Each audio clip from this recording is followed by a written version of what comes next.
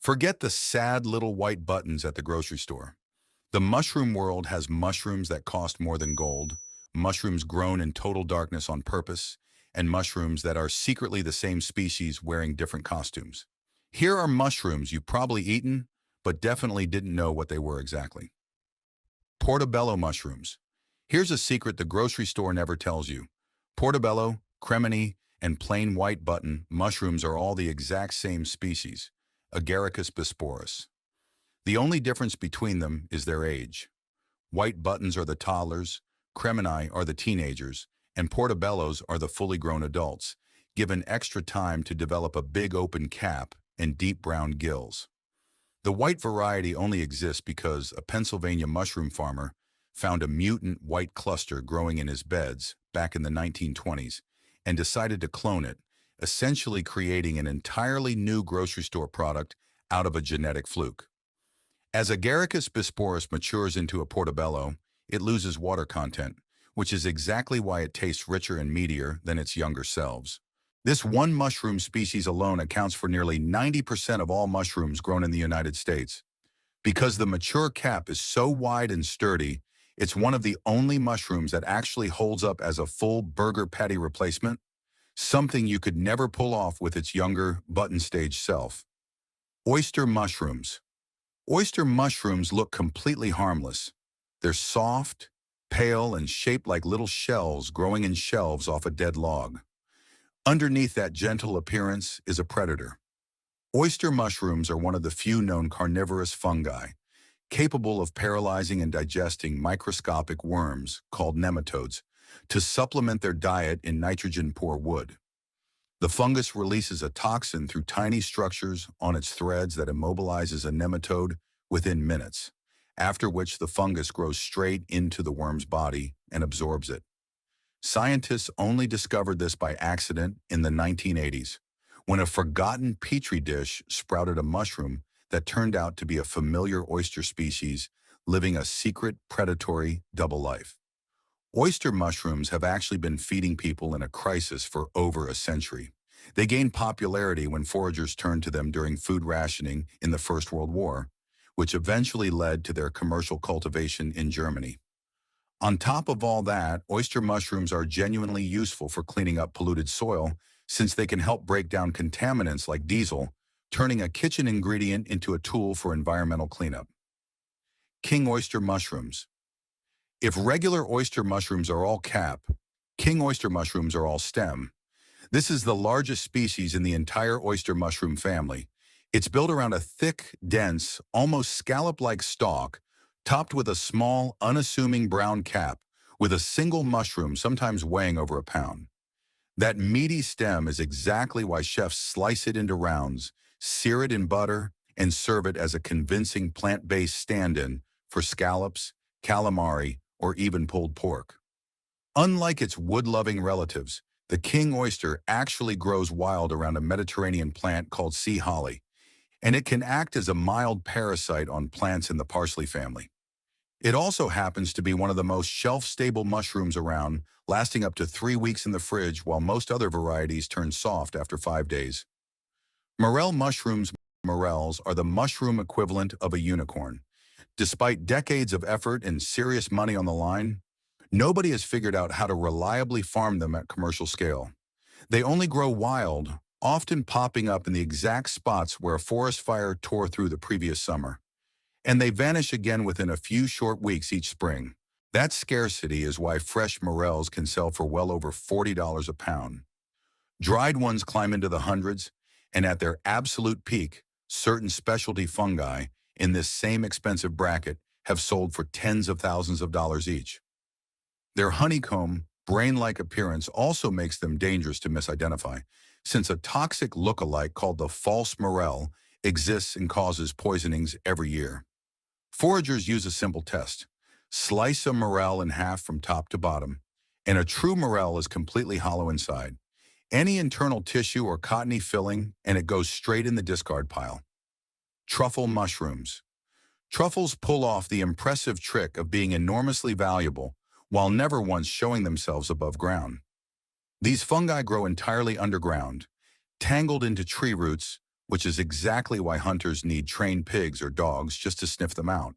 And dogs have mostly won out over pigs in recent decades since a pig's natural instinct is to eat the truffle the moment it finds one. The white Piedmont truffle from Italy holds the title of the world's most expensive edible fungus, commanding thousands of euros per kilogram.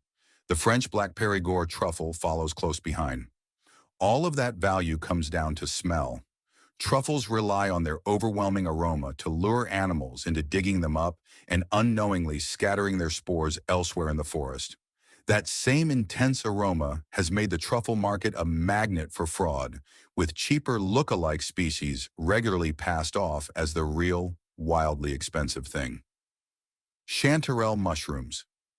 You can identify a real chanterelle with your nose before your eyes even confirm it. These golden, trumpet-shaped mushrooms give off a distinct fruity smell, often compared to apricots. That scent is one of the most reliable ways foragers tell them apart from a toxic look-alike called the false chanterelle, which smells like nothing more than a regular grocery store mushroom. Chanterelles form such an intimate, specific partnership with the roots of certain trees that farmers have never managed to grow them commercially, despite over a century of attempts. This includes one company that spent years chasing a single lucky greenhouse, fruiting without ever turning it into a repeatable business. Chanterelles bring a genuinely useful nutritional punch to the table, delivering vitamins A, C, D, and E, along with beta-carotene, in addition to that unmistakable apricot fragrance. Porcini mushrooms. Porcini translates to piglets in Italian, and nobody is entirely sure why. Theories range from their plump, rounded shape to a rumor that wild pigs love rooting them up. Also known as the king bolete, this thick-stemmed, reddish-brown mushroom forms such a delicate underground partnership with tree roots that it has never been successfully farmed. Every porcini on the market was foraged from the wild, which is part of why the Italian town of Alboreto throws an entire festival every October dedicated to celebrating its arrival. The festival features restaurants building whole menus around the mushroom for the occasion. Fresh porcini are prized, but most people encounter this mushroom dried, since drying concentrates its nutty, earthy flavor and lets it keep for months. Rehydrating dried porcini even produces a deeply fragrant, soaking liquid that chefs treat like liquid gold, using it to build flavor into risottos and sauces. Shiitake mushrooms. Shiitake has been cultivated in Japan on hardwood logs for roughly 300 years. That traditional log method still produces mushrooms with higher levels of its most prized compound than faster commercial methods. That compound is lentinan, a polysaccharide studied for decades for its potential to support the immune system and even assist cancer treatment. Some of the earliest hints came from Japanese epidemiologists who noticed unusually low rates of degenerative disease in isolated mountain communities that regularly grew and ate shiitake. Beyond lentinan, shiitake contains over 50 different enzymes and a compound called aritadenine, which has been studied for its potential to help lower cholesterol. Production of this single species has grown faster than any other cultivated mushroom on the planet, and it now makes up roughly a quarter of all edible fungi grown worldwide. Enoki mushrooms. The enoki mushrooms piled into your hot pot look nothing like their wild ancestor. Wild enoki grow with short stems, wide caps, and a deep brown color. They look like an entirely ordinary forest mushroom, often nicknamed the winter mushroom for its habit of fruiting through the cold months. The long, snow-white, noodle-thin bundles sold in stores are the exact same species, deliberately grown inside bottles in total darkness with elevated carbon dioxide levels. Those conditions force the mushroom to stretch upward in a desperate search for more air and light, producing the pale, spindly shape people associate with the name. It's essentially the mushroom equivalent of raising a plant in a closet, just to see how tall and pale it gets. This intensive growing method also makes enoki go from spore to harvest in as little as 30 days flat, and the crop is packed so tightly into its growing container that individual mushrooms practically have to be peeled apart by hand before they reach the package on the shelf. Beech mushrooms. Beech mushrooms, also known by their Japanese name shimeji, grow in delicate little clusters on fallen beech trees. They're connected to a single thick, spongy base that's actually inedible and gets trimmed away before cooking.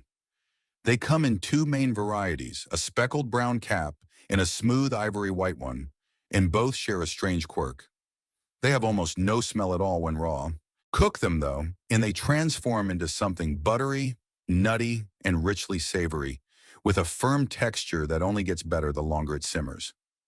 Shimeji ranks as the third most popular mushroom in Japan, trailing only shiitake and enoki.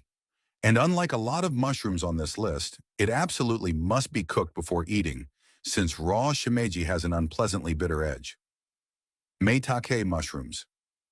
Maitake means dancing mushroom in Japanese, and there are two competing stories about why. One says the ruffled, overlapping caps ripple like dancers when the wind blows through them. The other, more romantic version, claims that anyone lucky enough to stumble across one in the wild would literally dance for joy, since perfect specimens were once considered valuable enough to be given as gifts to samurai and shoguns. Legend holds some were even worth their weight in silver. In English, this mushroom often goes by hen of the woods thanks to its resemblance to a fluffed-up roosting bird sitting at the base of a tree. It's actually a parasitic fungus that causes a slow rot at the base of the oak trees it infects. It quietly weakens its host for years while producing increasingly large, prized clusters above ground. Single specimens are occasionally found weighing in at 10 pounds or more. Its flavor shifts dramatically depending on how it's prepared too, tasting faintly of seafood when eaten raw, but turning almost potato-like once steamed or boiled. Lobster mushrooms. This one is a bit of a cheat because a lobster mushroom isn't actually a single species at all. It's what happens when a parasitic fungus called Hypomyces lactiflorum attacks a completely different, often bland mushroom, wrapping it in a hard, bright orange-red crust and transforming both its flavor and appearance in the process. The result looks and tastes remarkably like shellfish. It's dense, briny, and firm, which is exactly how it earned its seafood-inspired name. Essentially, when you eat a lobster mushroom, you're eating a fungal infection of another fungus, and somehow the result is a genuine culinary delicacy. They typically show up growing as a parasite on hardwood trees like oak, beech, maple, and chestnut, hijacking whatever unlucky host mushroom happens to be growing underneath. Because the parasite completely reshapes its host from the inside out, the original mushroom underneath is often impossible to identify by the time it's fully transformed, meaning foragers are really only ever able to identify the infection itself rather than whatever species it started as.